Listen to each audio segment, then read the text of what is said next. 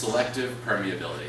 The ability of a membrane to allow certain molecules, ions, or light to pass through it and to keep others out. Maybe I am the moon.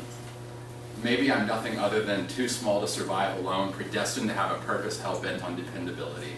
Maybe I am no more than a selectively permeable, picky piece of astronaut's least favorite, too prideful to admit that maybe the whole isn't any greater than the sum of its parts.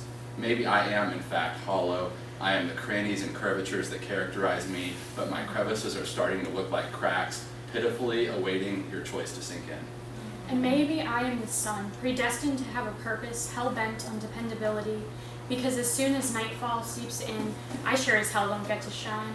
Maybe I am no more than a selectively permeable, dripping stockpile of rays about to run out, too prideful to admit that maybe my light is limited.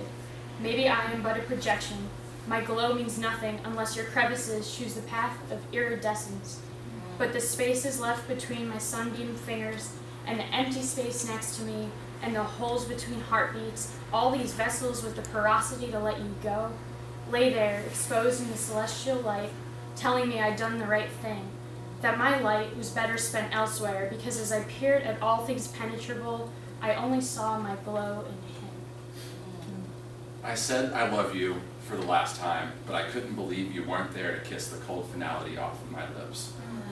As you project out from me instead of into me, and the words float freely through the open darkness, and for a second I love its permeability because it lets me watch him fade. And maybe Stephen Hawking was right that there could be shadow galaxies, shadow stars, and even shadow people. Because his dimming changes nothing, your light is still limited. Darling, you are a shadow because light and love are not two prongs of a boomerang.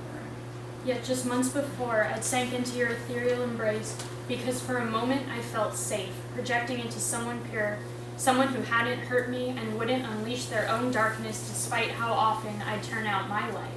I remember my cracks trying to seal selective permeation and self-preservation so your orange couldn't sneer away my gray. You've always had this way of outshining my darkness.